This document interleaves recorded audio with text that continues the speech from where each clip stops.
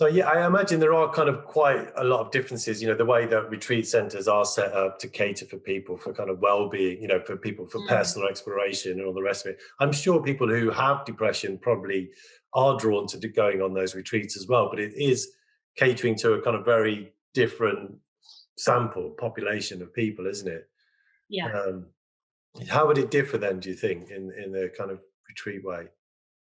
Well, I mean, the people in our trials had these individual sessions with two therapists. So all their preparation sessions just done on their own with two therapists.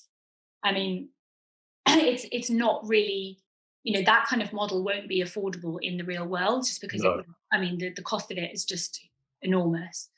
And actually, I don't know if it's the best thing either. I think in a way, I really have come around to the idea of the importance of the group, because of, like you say, the communitas element.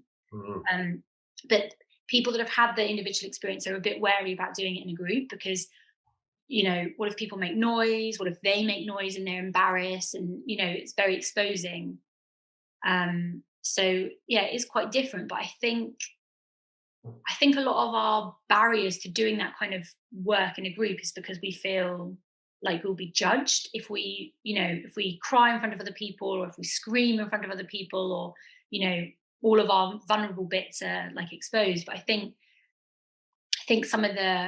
that's also some of the beauty as well, like being able to see, be yourself in front of other, take the mask off, in front of other people, and see their real faces too. It's really, I think, important.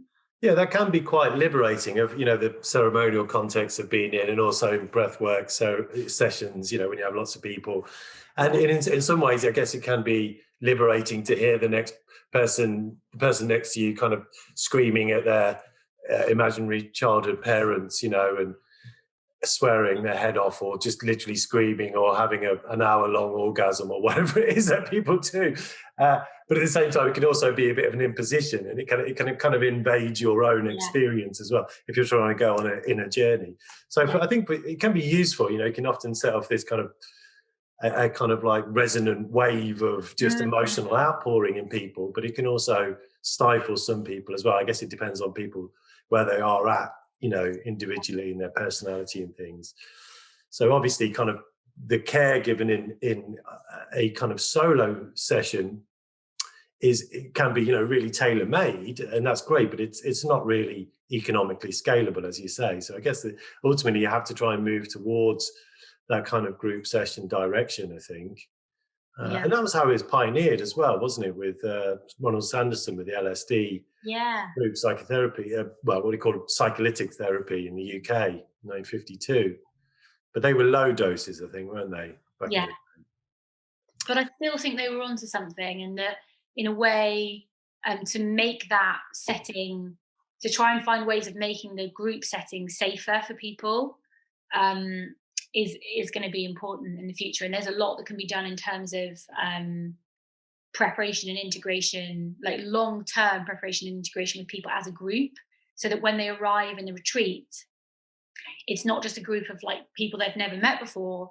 It's people that they know really, really well. I think that's going to be that's what we're going to be kind of testing out, because when I just think that would be very different, doing it with a group of people that you know versus people that you don't know. I mean, there's other challenges with people that you know, but if it's people that you know in the context of a group of people that have all decided to try psychedelic experiencing as a way of managing their vulnerabilities and their pain, and they're all signed up to being honest and open about their difficulties and support each other, I think that kind of therapeutic community in the context of psychedelic like healing journey, I think will be really fascinating.